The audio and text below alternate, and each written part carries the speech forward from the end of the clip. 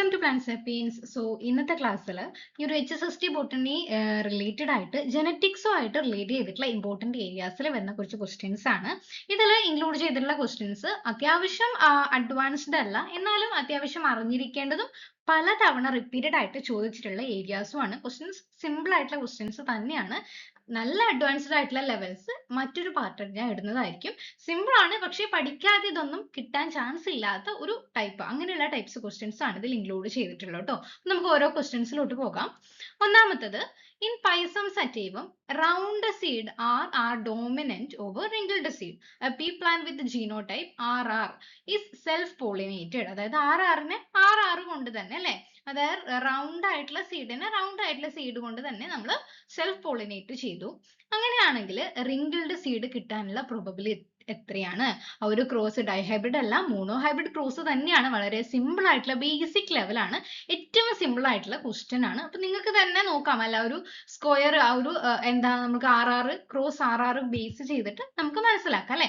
നമ്മളെ ഒരു പുന്നറ്റ് സ്ക്വയർ വെച്ച് വരക്കുകയാണെങ്കിൽ ഈ ഒരു RR എന്ന് പറയുന്നതിന്റെ രണ്ട് ഗമേറ്റ്സ് അല്ലെങ്കിൽ രണ്ട് അലീൽസ് ആയിരിക്കും ഉണ്ടായിരിക്കുക. ക്യാപിറ്റൽ ആറും ഉണ്ട്, സ്മോൾ ആറും ഉണ്ട്, രണ്ടും ക്യാപിറ്റൽ ആറ് സ്മോൾ ആറ്. സോ ഇവിടെ വരാൻ ആ ഒരു F1 ജനറേഷനിൽ വരാൻ ചാൻസ് ഉള്ള ഓഫ്സ്പ്രിങ്സിന്റെ phenotype RR, sorry genotype capital R capital R capital R small R capital R small R 6 6 അല്ലേ.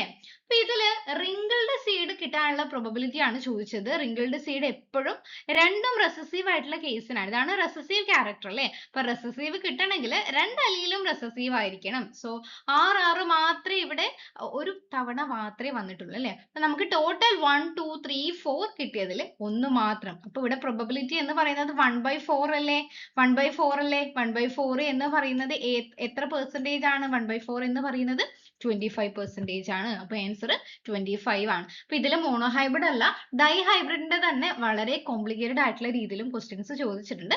അത് അടുത്ത പാർട്ടായിട്ട് ഞാൻ ആ ഒരു അത്രയും കോംപ്ലിക്കേറ്റഡ് ആയിട്ടുള്ള കുറേ പറയണം. അതുകൊണ്ടാണ് ആ ഒരു പാർട്ടായിട്ട് നമ്മൾ സിമ്പിൾ നിന്ന് കോംപ്ലക്സിലോട്ട് പോകട്ടോ. ഇതാണ് ഒന്നാമത്തെ ക്വസ്റ്റ്യൻ. സോ നെക്സ്റ്റ് ക്വസ്റ്റ്യൻ ഒരു പോപ്പുലേഷൻ ജനറ്റിക്സിൽ ഹാർഡി വെയിൻബർഗ് ഇക്വിലിബ്രിയം ആയിട്ട് ബേസ് ചെയ്തിട്ടുള്ളതാണ്. If the frequency of the recessive phenotype in a population is 0.04, what is the allele frequency? അപ്പൊ നിങ്ങൾക്ക് ആ ഒരു ഇക്വേഷൻ ഞാൻ ഡീറ്റെയിൽഡ് ആയിട്ട് ആ ഒരു വീഡിയോ എന്റെ ചാനലിൽ അപ്ലോഡ് ചെയ്തിട്ടുണ്ട്. ഞാനത് കമന്റ് ബോക്സിൽ പിൻ ചെയ്ത് വെച്ചേക്കാം. അപ്പം ഇതില് ഇക്വേഷൻ എന്തായിരുന്നു നിങ്ങൾ എഴുതി വെച്ചോളൂ. p² plus 2pq plus q square equal to 1 എന്നായിരുന്നു ഇക്വേഷൻ അല്ലെ. അല്ലെങ്കിൽ മറ്റൊരു രീതിയിൽ പറഞ്ഞാൽ p plus q equal to 1 അല്ലെങ്കിൽ p² plus 2pq plus q square equal to 1 എന്നാണ് ഇക്വേഷൻ. അതിൽ p എന്ന് പറയുന്നത് അലീൽ ഫ്രീക്വൻസി, അലീലാണ്. ഇത് അലീലാണ്, ഇത് ഡോമിനന്റ് അലീല്, റെസസീവ് അലീല്. അതിൽ തന്നെ റെസസീവ് ഫിനോടൈപ്പ് എന്ന് പറയുന്നത് A ആവുമ്പോൾ അത് Q² ആണ്. ഹോമോസൈഗസ് റെസസീവിന്റെ ആ ഒരു ഫിനോടൈപ്പിക് ഫ്രീക്വൻസി Q² ആണ്. Homozygous dominant phenotype frequency p² ആണ്. ഹെട്രോസൈഗസിന്റെ ഫ്രീക്വൻസി എന്ന് പറയുമ്പോൾ അത് 2pq വരും. ഇതാണ് ഇക്വേഷൻ. അതിൽ നമുക്ക് തന്നിട്ടുള്ളത് A ആണ് തന്നിട്ടുള്ളത്. A എന്ന് പറയുമ്പോൾ നമുക്ക് Q² ആണ് തന്നിട്ടുള്ളത് എന്ന് മനസ്സിലാക്കുക. അത് റെസസീവ് ആണ്, Q ആണ്. Aയും ഉണ്ട്, ഫിനോടൈപ്പ് ആണ്, അത് Q² ആണ്. Q² തന്നാൽ നമുക്ക് എങ്ങനെ Q കണ്ടുപിടിക്കാം? അല്ലെങ്കിൽ ഈസി അല്ലേ, A² തന്നാൽ നമുക്ക് A കണ്ടുപിടിക്കാം. ഇപ്പൊ Q² എന്ന് പറയുന്നത് 0.04 ആണെങ്കിൽ Q അതിന്റെ സ്ക്വയർ റൂട്ട് ആണ്, 0.2 ആണ് ആൻസർ വരിക. വളരെ സിമ്പിൾ ആയിട്ടുള്ളതാണ്. ഇതിന്റെ നേരെ തിരിച്ചും ചോദ്യം ചോദിക്കാം കേട്ടോ. അതായത് അലീൽ ഫ്രീക്വൻസി തന്നിട്ട് ഫിനോടിപ്പിക് ഫ്രീക്വൻസി ചോദിക്കാം. അത് റെസസീവ് ആണോ, ഹോമോസൈഗസും ചോദിക്കാം, ചില രീതിയിൽ ഹെട്രോസൈഗസും ചോദിക്കാം, എല്ലാം ചോദിക്കാം. അതിന്റെ ഡീറ്റെയിൽഡ് ആയിട്ടുള്ള വീഡിയോ, ഞാൻ ഇതിന്റെ ഫുൾ ആയിട്ടുള്ള വീഡിയോ പറയുന്നതിൽ അതിന്റെ കാൽക്കുലേഷനും എക്സ്പ്ലെയിൻ ചെയ്തിട്ടുണ്ട്. രണ്ടാമത്തത് നേരെ തിരിച്ചിട്ടുള്ളതാണ്. ഇനി Hardy Weinberg population, what is the frequency of capital A if p equal to capital A എന്ന് പറയുന്നത് p² ആണ് കേട്ടോ. ആ ഒരു p² ആണ് നമുക്ക് കണ്ടുപിടിക്കേണ്ടത്. അതിൽ p നമുക്ക് ഡയറക്റ്റ് ആയിട്ട് തന്നിട്ടുണ്ട്, വളരെ ഡയറക്റ്റ് ആയിട്ടുള്ള ക്വസ്റ്റ്യൻ ആണ്. അപ്പൊ ആൻസർ എന്ന് പറയുന്നത് ആ ഒരു 0.8ന്റെ സ്ക്വയർ ആയിരിക്കും അല്ലെ, 0.64 ആണ്. Next complementary gene interaction. ഞാൻ മുന്നേ കൊടുത്ത പ്രീവാക്യൂലും അതിന് മുന്നേ കൊടുത്ത പ്രീവാക്യൂലും ഒക്കെ പറഞ്ഞിട്ടുള്ളതാണ് ഈ ഒരു കോംപ്ലിമെന്ററി ജീൻ ആക്ഷൻ. ഒരു കോംപ്ലിമെന്ററി ജീൻ ആക്ഷനിൽ F2 ഫിനോട്ടിപ്പിക് റേഷ്യോ എത്രയായിരിക്കും? F2 phenotypic ratio. അപ്പൊ എന്താണ് complementary gene action? Complementary gene action എന്ന് പറയുന്നത് ഒരു ജീൻ എക്സ്പ്രസ് ചെയ്യണമെങ്കിൽ അതിന്റെ രണ്ട് ക്യാരക്ടർ ഉണ്ടായിരിക്കുമ്പോൾ അതിന്റെ രണ്ടിന്റെയും ഡോമിനന്റ് ആയിട്ടുള്ള അലീൽസ് എക്സ്പ്രസ് ചെയ്താൽ മാത്രമേ, പ്രസന്റ് ആണെങ്കിൽ മാത്രമേ അവിടെ കോംപ്ലിമെന്ററി ജീൻ ആക്ഷൻ നടക്കുള്ളൂ. അപ്പൊ എന്തായാലും 9:3:3:1 റേഷ്യോ ഒരിക്കലും വരില്ല. കോമൺ ആയിട്ടുള്ള ഡൈഹൈബ്രിഡ് ക്രോസ് റേഷ്യോ അല്ല കോംപ്ലിമെന്ററി ജീൻ ഇന്ററാക്ഷൻ്റെത്. അപ്പൊ ആൻസർ ഇവിടെ എന്താണ്? 9:7 ആണ്. കാരണം ബോത്ത് ഡോമിനന്റ് അലീൽസും ഫിനോടൈപ്പ് എക്സ്പ്രസ് ചെയ്യണമെങ്കിൽ രണ്ട് ഡോമിനന്റ് ആയിട്ടുള്ള അലീൽസും പ്രസന്റ് ആയിരിക്കണം. അതിന്റെ റേഷ്യോ എപ്പോഴും 9:7 ആണ്. ഓക്കെ, ഇനി ഏതൊക്കെയാണ് ബാക്കിയുള്ള റേഷ്യോസ് ഏതിന്റെ ഒക്കെയാണ് നോക്കാം. അപ്പൊ അതിൽ നമ്മൾ പറഞ്ഞു 9:3:3:1 കോമൺ ആയിട്ടുള്ള ഡൈഹൈബ്രിഡ് കോസ് ആണ്. ദെൻ 12:3:1 എന്ന് പറയുന്നത് ഏതാണ്?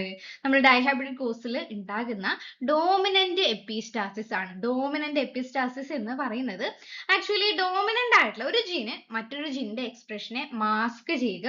ഓക്കെ, ഒരു ജീന് മറ്റൊരു ജീനിന്റെ എക്സ്പ്രഷനെ മാസ്ക് ചെയ്യുന്നതിനെയാണ് ഡോമിനന്റ് എപ്പിസ്റ്റാസിസ് എന്ന് പറയുന്നത്. ഇതിന്റെ ഒരു ഡീറ്റെയിൽഡ് ആയിട്ടുള്ള വീഡിയോ ഞാൻ അപ്ലോഡ് ചെയ്യാം. ദെൻ 15:1 എന്നാണ് നെക്സ്റ്റ് റേഷ്യോ എന്ന് പറയുന്നത്. ഈ 15:1 റേഷ്യോ എന്ന് പറയുന്നത് ഏതുമായിട്ട് റിലേറ്റ് ചെയ്തിട്ടുള്ളതാണ്? ഡ്യൂപ്ലിക്കേറ്റ് ഡോമിനന്റ് എപ്പിസ്റ്റാസിസുമായിട്ട് റിലേറ്റ് ചെയ്തിട്ടുള്ളതാണ് 15:1 എന്നുള്ള റേഷ്യോ. സോ ഇത് അതേപോലെ പഠിച്ചു നോക്കുക. 9:3:1 ഡൈഹൈബ്രിഡ് ക്രോസ് ആണ്. 12:3:1 എന്ന് പറയുന്നത് എപ്പിസ്റ്റാസിസ് ആണ് അല്ലെ. എപ്പിസ്റ്റാസിസ് ഡോമിനന്റ് എപ്പിസ്റ്റാസിസ് ആണ്. ആ ഒരു ഡോമിനന്റ് എപ്പിസ്റ്റാസിസിൽ തന്നെ ഡ്യൂപ്ലിക്കേറ്റ് ജീൻ ഇന്ററാക്ഷൻ അല്ലെങ്കിൽ ഡ്യൂപ്ലിക്കേറ്റ് ഡോമിനന്റ് എപ്പിസ്റ്റാസിസ് ആണ് 15:1. 9:7 എന്ന് പറയുന്നത് കോംപ്ലിമെന്ററി ജീൻ ഇന്ററാക്ഷൻ ആണ്. ഓക്കെ, അപ്പൊ ഇതാണ് നാലാമത്തെ ക്വസ്റ്റ്യൻ. ഓക്കെ, അപ്പൊ നെക്സ്റ്റ് ക്വസ്റ്റ്യൻ മോളിക്കുലാർ ജെനറ്റിക്സും ഒക്കെ ആയിട്ട് റിലേറ്റ് ചെയ്തിട്ടുള്ളതാണ്. അപ്പൊ ഒന്നാമത്തെ ക്വസ്റ്റ്യൻ നെക്സ്റ്റ് ക്വസ്റ്റ്യൻ വളരെ ഡയറക്റ്റ് ആയിട്ടുള്ള ക്വസ്റ്റ്യൻ ആണ്. The highest number of chromosome ever recorded is in. ഇതിൽ ഏതിലാണ് ഹയസ്റ്റ് നമ്പർ ഓഫ് ക്രോമസോംസ് ഉള്ളത്? അതിന്റെ ആൻസർ എന്ന് പറയുന്നത് ഒഫിയോഗ്ലോസം എന്ന് പറയുന്ന ഫേണിലാണ്. ഇനി ഓരോന്നിലും എത്രയാണ് ആ ഒരു ക്രോമസോം നമ്പർ പ്രസന്റ് ആയിട്ടുള്ളത് നോക്കാം. ഹ്യൂമൻസിൽ നമുക്കറിയാം ഹ്യൂമൻസിന്റെ ക്രോമസോം നമ്പർ എന്ന് പറയുന്നത് എത്രയാണ്? 46 ആണ് അല്ലെ. 46 അല്ലെങ്കിൽ 23 പെയർ ഓഫ് ക്രോമസോം ആണ്. എഴുതി വെച്ചോളൂ. റെഫ്ലേഷ്യയിൽ പ്രസന്റ് ആയിട്ടുള്ളത്, റെഫ്ലേഷ്യ വലുതായത് കൊണ്ട് തന്നെ ക്രോമസോം നമ്പർ കൂടണമെന്നില്ല. റെഫ്ലേഷ്യയിൽ 12 പെയർ അല്ലെങ്കിൽ 24 ക്രോമസോം ആണ് പ്രസന്റ് ആയിട്ടുള്ളത്. മേഗോയിൽ 40 ക്രോമസോം അല്ലെങ്കിൽ 20 പെയർ ഓഫ് ക്രോമസോം ആണ്. ഇനി നമ്മുടെ ഒഫിയോഗ്ലോസത്തിൽ 1260 ക്രോമസോം അല്ലെങ്കിൽ 630 പെയർ ഓഫ് ക്രോമസോംസ് പ്രസന്റ് ആയിട്ടുണ്ട്. ഓക്കെ, അപ്പൊ അതാണ് അടുത്ത ക്വസ്റ്റ്യൻ. നെക്സ്റ്റ് മോളിക്കുലാർ ജെനറ്റിക്സുമായിട്ട് റിലേറ്റ് ചെയ്തിട്ടുള്ള കുറെ ടെക്നിക്സ് ആണ് കൊടുത്തിട്ടുള്ളത് അല്ലെ. അപ്പൊ ഈ 4 ടെക്നിക്സിൽ പ്രോട്ടീനിനെ ഡിറ്റക്ട് ചെയ്യാൻ യൂസ് ചെയ്യുന്ന ടെക്നിക്ക് ഏതാണ് എന്നാണ് ചോദിച്ചിട്ടുള്ളത്. പ്രോട്ടീനുമായിട്ട് റിലേറ്റ് ചെയ്തിട്ടുള്ള ടെക്നിക്ക് ഇതിൽ ഏതാണ്? വെസ്റ്റേൺ ബ്ലോട്ട് ആണ്. വെസ്റ്റേൺ ബ്ലോട്ട് ആണ് പ്രോട്ടീനിനെ ഡിറ്റക്ട് ചെയ്യാൻ സഹായിക്കുന്നത്. സോ ബാക്കിയുള്ളതും കൂടി നമുക്ക് പഠിച്ചാല് സതേൺ ബ്ലോട്ട് എന്താണ്? സതേൺ ബ്ലോട്ട് എന്ന് പറയുന്നത് എഡ്വിൻ സതേൺ എന്ന് പറയുന്ന സയന്റിസ്റ്റ് ആണ് ഇത് കണ്ടുപിടിച്ചിട്ടുള്ളത്. DNA ഡിറ്റക്ട് ചെയ്യാൻ വേണ്ടിയിട്ടാണ് സതേൺ ബ്ലോട്ട്. RNA ഡിറ്റക്ട് ചെയ്യാൻ വേണ്ടിയിട്ടാണ് നോർത്തേൺ ബ്ലോട്ട്. ഈസ്റ്റേൺ ബ്ലോട്ട് എന്ന് പറയുന്നത് വെസ്റ്റേൺ ബ്ലോട്ടിന്റെ ഒരു എക്സ്റ്റൻഷൻ ആണ് നമുക്ക് വേണമെങ്കിൽ പറയാം. കാരണം പോസ്റ്റ് ട്രാൻസ്ലേഷണൽ മോഡിഫിക്കേഷൻ, അതായത് പ്രോട്ടീൻസ് സിന്തസൈസ് ചെയ്തതിനു ശേഷം അതിന് നടക്കുന്ന പോസ്റ്റ് ട്രാൻസ്ലേഷണൽ മോഡിഫിക്കേഷൻ, അതായത് പ്രോട്ടീനുമായിട്ട് കാർബോഹൈഡ്രേറ്റും ലിപ്പിഡ്സും ഒക്കെ വന്ന് ബൈൻഡ് ചെയ്യുന്നുണ്ട്. ആ ഒരു ബൈൻഡിങ്ങുമായിട്ട് റിലേറ്റ് ചെയ്തിട്ടുള്ള പ്രോസസ്സിനെ ഡിറ്റക്ട് ചെയ്യാൻ വേണ്ടിയിട്ടാണ് ഈ ഒരു ഈസ്റ്റേൺ ബ്ലോട്ടിങ് സഹായിക്കുന്നത്. ഇതിന്റെ ഡീറ്റെയിൽഡ് ആയിട്ടുള്ള വീഡിയോ വേണമെങ്കിൽ ഞാൻ വരുന്ന ക്ലാസ്സിലായിട്ട് അപ്ലോഡ് ചെയ്യാം.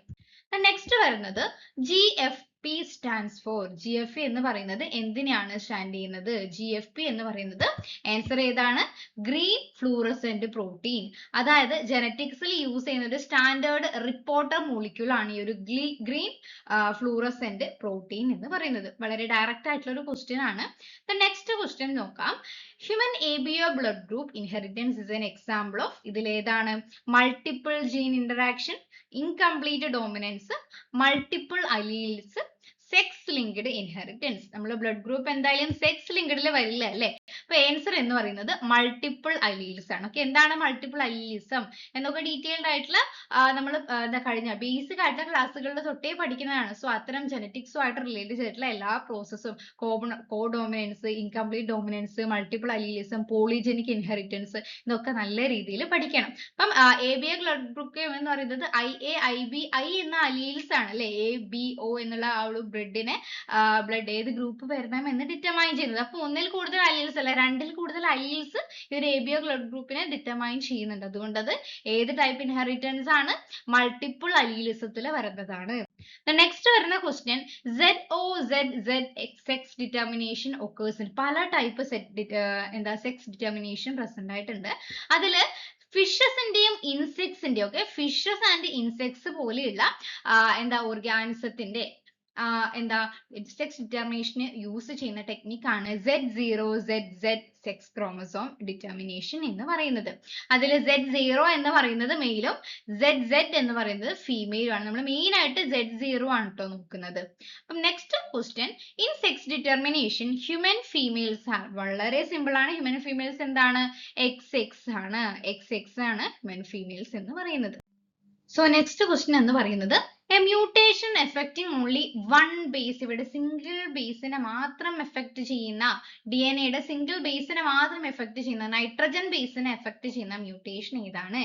Frame shift, inversion, point mutation, translocation. Answer ഏതാണ്? പോയിന്റ് മ്യൂട്ടേഷൻ ആണ് അല്ലെ. സിംഗിൾ ന്യൂക്ലിയോടൈഡ് ചേഞ്ച് ആണ്. സിംഗിൾ ന്യൂക്ലിയോടൈഡ് ഒരു ബേസിൽ മാത്രം മാറ്റം വരുന്ന അവിടെ ചേഞ്ച്, ആക്ച്വലി സബ്സ്റ്റിറ്റ്യൂഷൻ ആണ് ഈ ഒരു പോയിന്റ് മ്യൂട്ടേഷനിൽ നടക്കുന്നത്. ഇനി എന്തൊക്കെയാണ് ബാക്കിയുള്ളത് എന്ന് പറയുമ്പോൾ, ഈ ഒരു ഫ്രെയിം ഷിഫ്റ്റ് മ്യൂട്ടേഷനിലും മെയിൻ ആയിട്ട് ഒന്നിക്കൽ അഡീഷൻ അല്ലെങ്കിൽ ഡിലീഷൻ ആണ് അവിടെ നടക്കുന്നത്. സോ ഈ ഒരു അഡീഷൻ അല്ലെങ്കിൽ ഡിലീഷൻ ഓഫ് ന്യൂക്ലിയോടൈഡ്സ് അവിടെ നടക്കുമ്പോൾ, ഒന്നിൽ കൂടുതലോ ആവാം, അവിടെ നടക്കുമ്പോൾ അവിടെ റീഡിംഗ് ഫ്രെയിം ചേഞ്ച് ആവുന്നുണ്ടെങ്കിൽ, റീഡിംഗ് ഫ്രെയിം ഷിഫ്റ്റ് ആകുന്നുണ്ടെങ്കിൽ അതാണ് ഫ്രെയിം ഷിഫ്റ്റ് മ്യൂട്ടേഷൻ. ഇനി നെക്സ്റ്റ് പറയുന്നതാണ് ഇൻവേർഷൻ എന്ന് പറയുന്നത്. ഇൻവേർഷൻ എന്ന് പറയുന്നത് ക്രോമസോമുമായിട്ട് റിലേറ്റ് ചെയ്തിട്ടുള്ളതാണ്. പാരാസെൻട്രിക് ആൻഡ് പെരിസെൻട്രിക് ആയിട്ടുള്ള ഇൻവേർഷൻ ഉണ്ട്. ക്രോമസോമൽ മ്യൂട്ടേഷൻ എന്ന് പറയുമ്പോൾ ആ ഒരു ക്രോമസോമിന്റെ സെഗ്മെന്റ് ബ്രേക്ക് ആയിട്ട് അത് ഒരു 180 ഡിഗ്രി റൊട്ടേറ്റ് ചെയ്തിട്ട് റീ അറ്റാച്ച് ചെയ്യുന്ന, ആ ഒരു സെയിം ക്രോമസോമിൽ തന്നെ റീ അറ്റാച്ച് ചെയ്യുന്നതാണ് ഇൻവേർഷൻ എന്ന് പറയുന്നത്. ഓക്കെ, അപ്പൊ അത് എൻറ്റയർലി ഡിഫറെന്റ് ആയിട്ടുള്ള ഒരു കോൺസെപ്റ്റ് ആണ്. നെക്സ്റ്റ് ട്രാൻസ്ലൊക്കേഷൻ എന്ന് പറയുന്നത് ഒരു ക്രോമസോമൽ മ്യൂട്ടേഷൻ ആണ്. ഒരു ക്രോമസോമിന്റെ ഒരു സെഗ്മെന്റ് അനദർ ക്രോമസോമിലോട്ട് മൂവ് ചെയ്യുക, അതാണ് ട്രാൻസ്ലൊക്കേഷൻ എന്ന് പറയുന്നത്. ഓക്കെ, നെക്സ്റ്റ് പറയുന്നത്, in A population genetics P+Q equals എന്താണ്? P+Q ഈക്വൽസ്, അതായത് ഈ ഒരു ഹാർഡി വെയിൻബർഗ് ഇക്വിലിബ്രിയം പ്രിൻസിപ്പിൾസിൽ നമ്മൾ പഠിച്ചിട്ടുണ്ട്. P+Q ഈക്വൽസ് 1 ആണ്. P+P=1 ആണ്. Frequencies of 2 alleles add to 1. അതായത് നമ്മൾ ഇക്വേഷൻ എന്തായിരുന്നു? P² + 2PQ + Q² = 1. അതാണ് ഇക്വേഷൻ. അതിൽ P² എന്തായിരുന്നു? P എന്ന് പറയുന്നത് ഡോമിനന്റ് അലീലാണ്, ഇത് റെസസീവ് അലീലാണ്. P² എന്ന് പറയുന്നത് ഹോമോസൈഗസ് ഡോമിനന്റിന്റെ ഫ്രീക്വൻസി, Q² എന്ന് പറയുന്നത് ഹോമോസൈഗസ് റെസസീവിന്റെ ഫ്രീക്വൻസി, 2PQ എന്ന് പറയുന്നത് ഹെട്രോസൈഗസ് ആയിരുന്നു. ഓക്കെ, ആ ഒരു കണ്ടീഷൻ പല തവണ ഈ ഒരു ഹാർഡി വെയിൻബർഗിന്റെ ക്വസ്റ്റ്യൻസ് ചോദിച്ചിട്ടുണ്ട്. ഓക്കെ, നെക്സ്റ്റ് വരുന്നത് ഇൻ ജീൻ മാപ്പിംഗ്. ഞാൻ ഈ അടുത്തായിട്ട് എടുത്തിട്ടുള്ള ഒരു ടോപ്പിക്കാണ് gene mapping. Recombinant frequency of 1%. Recombinant frequency എന്ന് പറയുന്നത് തന്നെയാണ് ജീൻ ഡിസ്റ്റൻസ് എന്ന് പറയുന്നത്. 1% എന്ന് വെച്ചാൽ അതിന്റെ അർത്ഥം 1 സെന്റിമോർഗൻ അല്ലെങ്കിൽ 1 മാപ്പ് യൂണിറ്റ് ആണ്. 1% recombination equal to 1 map unit. Okay, next നേരത്തെ ചോദിച്ച അതേപോലെയുള്ള ക്വസ്റ്റ്യൻ ആണ്. Which blotting technique is used to detect RNA? RNA ഏതായിരുന്നു? നോർത്തേൺ ആണ്. നോർത്തേൺ ബ്ലോട്ട് ആണ് RNA ഫൈൻഡ് ചെയ്യാൻ യൂസ് ചെയ്യുന്നത്. ഓക്കെ, ഇത്രയാണ് ഇന്നത്തെ ക്ലാസ്സിലുള്ള ജനറ്റിക് ബേസ് ആയിട്ടുള്ള ബേസിക് ആയിട്ടുള്ള ക്വസ്റ്റ്യൻസ് എന്ന് പറയുന്നത്.